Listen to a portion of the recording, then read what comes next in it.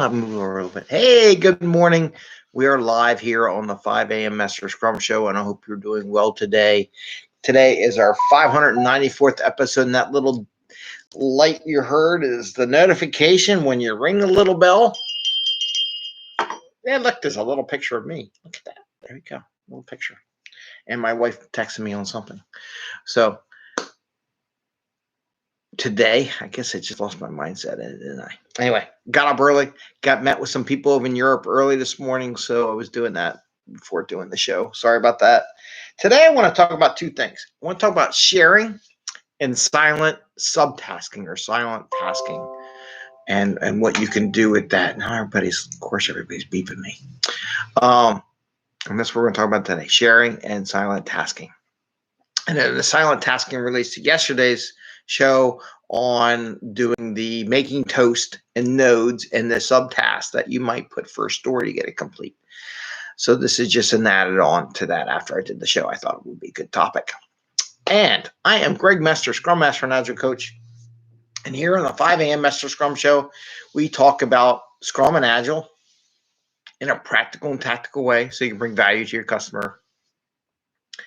Not work crazy hours, get home to family and friends, have some fun in life and at work. And that's what we want to do, right? Make it easy at work. Don't go crazy with the whole Agile accountants that come in and tell us a million things to do. And how can you make Agile work? Again, just a reminder, we're starting up a meetup. Please feel free to join the meetup. Send me messages, what you want to talk about. If anybody out there who watches this show, and I'll put it up to my connections in LinkedIn, have a topic they want to bring up and doing a lightning talk or some kind of thing they want to practice presenting with the group, you're more than welcome to do it. And there's no backlog right now, so feel free to send me something. I'm working on what we're going to do for the show, for the first show, and figure out when the timing would be, and then I will market it and put it out there for people to see and plan their time. Okay, so sharing. Why do I put sharing?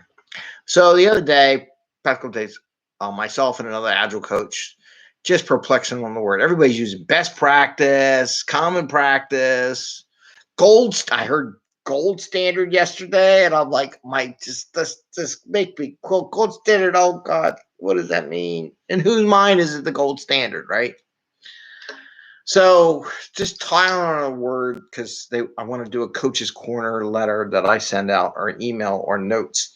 They go out various times and different methods because, anytime you send something, you got to hear it 3 times or do it 3 times or experience more than 3 times for it to stick, right? Stickiness in what you say. So I came up with the term practice sharing. So I want to put like Agile Coach Corner practice sharing. So these are practices by the teams that they are willing to share with other teams in the organization. Some practices that I've seen in other organizations, and just sharing those practices. What I like about that is it's more freedom to the teams to take on the practice or share their practices. And it seems like it's a good, from a full stack coaching perspective, way of phrasing it. Because if I say gold standard or best practice or something like that, then it's like, well, then we better do it because it's the only practice in town. So we should do that because it's the best practice. I'm not saying any of my practices is the best practice. It's just a practice that has been done, sharing it for people to experiment with and try to make it their own. And that's kind of what I was doing earlier today. I was sharing a practice for how to manage boards in Jira. I do the same thing in all the other programs too, as I have multiple boards, but we'll do a show on that later. So just a term out there to use. Feel free to give me feedback on it. Practice sharing rather than gold standard. Gold standard. I love the gold standard one. I heard that one yesterday. I just wanted to keel over and die. Or best practice, right? Or common practice. Because it's really just a practice share from other teams that they're experiencing, and you got to try it and see if it works for you. Scrum, Agile is that teams are self-organizing. If you say best practice, they're going to like, well, oh, and the other thing, be careful. It's a practice sharing. If you use gold standard or common practice or best practice, the Agile accountants will one day come down on your tail and force you to follow that best practice because that's what they do. So just because it's the best practice, like we need 50 fields in Jira or Azure or Rally. We need 100 fields. You need to fill them all out. And therefore, it's a best practice. So your team should do those 100 fields too, or that process or that flow, because everybody needs to be the same. So warning, trying to come over the way that the Agile accountants don't come down on your tail and go, you're not doing the best practice. So practice sharing is more self-organizing, more sharing, more co-working the solution, right? And then if someone makes a tweak to it, they can share back to the group, hey, we made this little tweak to whatever flow or whatever you're doing, and it worked out pretty good. So they just want to share it with the other teams. It's great. I love the word. I'm going to be using it all the time. So if you see it, I'm just going to say it boom, boom, boom instead of best practices. So it's practice sharing. So that's the sharing part. The next topic that I had was silent tasking based on yesterday's conversation. So in yesterday's conversation, we talked about nodes. The guy from Making Toast said how many nodes works, and they said between 5 and 13 nodes. I would say more like 3 to 11, 10 maybe, 10 fingers. If you can count your finger, well, maybe you don't have 10 fingers. And then you go see my wife. She's a hand therapist.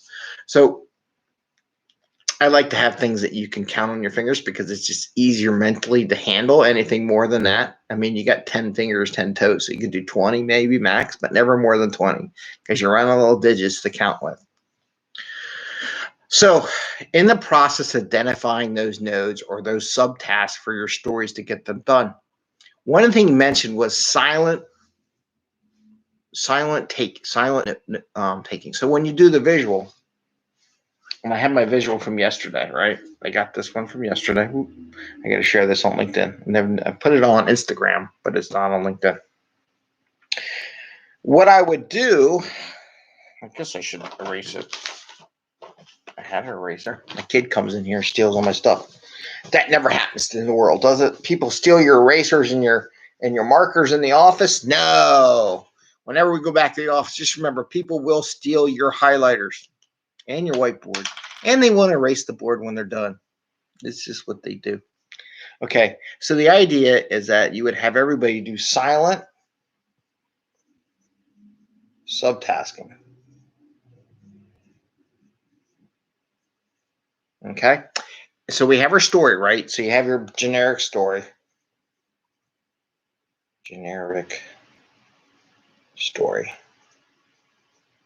Whatever the story is.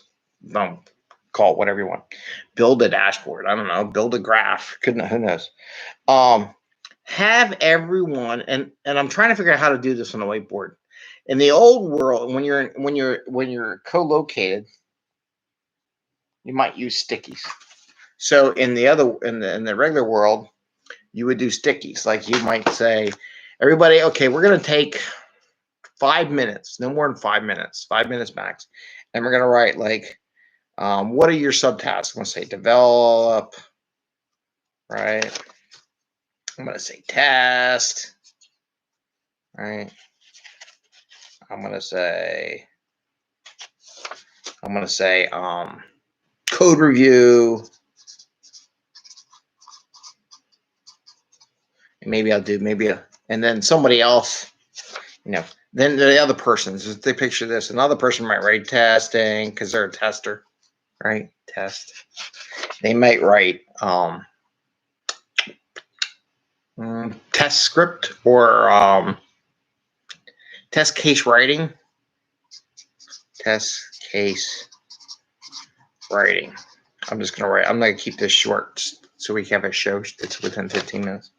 Okay, so then what would happen in the real world? Now, how you would do this on a whiteboard in Mural or something, it's kind of tricky because people can cheat and go read what other people have written. It's just, you have to figure a way to do it. You could do this and think so. So one person will start putting their stickers up like code review. They put testing, right? And they start putting on the board, right? And then maybe somebody else will say, oh, I can do test case writing. I got another test, and then you start grouping them up, right? So doing the silent writing with 5 different people not looking on the board, so they can't use it as a crutch to figure out what they do, make them think in their own mind. Because like this test person would have came up with test case writing where the other people wouldn't have wrote it, right? So you do silent writing and then you match them up and it should group. And then maybe as they put it up, maybe they had this code review here. Oh, let's group them in order. Maybe testing's last. I could do code review. Maybe I can write the test case at the same time I'm doing my development work, right? So now these two are in parallel, 2 different people working on a story. Then the next thing would be code review with somebody else, and we both have testing. So there's a lot of grouping of the testing. So there's more than one person said that. And that'll really help you focus on what subtasks should be in the group. Because if you had 5 people all say testing, 5 people all say dev, maybe there's a unit test task or something, right? There'd be all these different tasks, and then you can group them on your screen, and then that would be your thing. So you do silent. And the reason why you do silent subtasking, because you don't want them use the other ones as a crutch and come up with solutions, right? So you take 5 minutes. Take 5 minutes. That's all it is. 5-minute drill. And they do their subtasking. So it shouldn't take more than 5 minutes. 5 minutes, and then take another 5 minutes.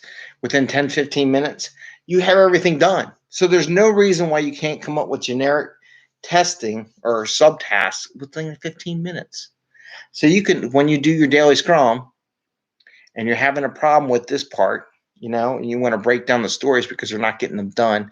Now just remember, they only need to break these stories down. If they're not getting them done, like in a couple days, and there's taking the whole sprint to get, then you need to do this, okay?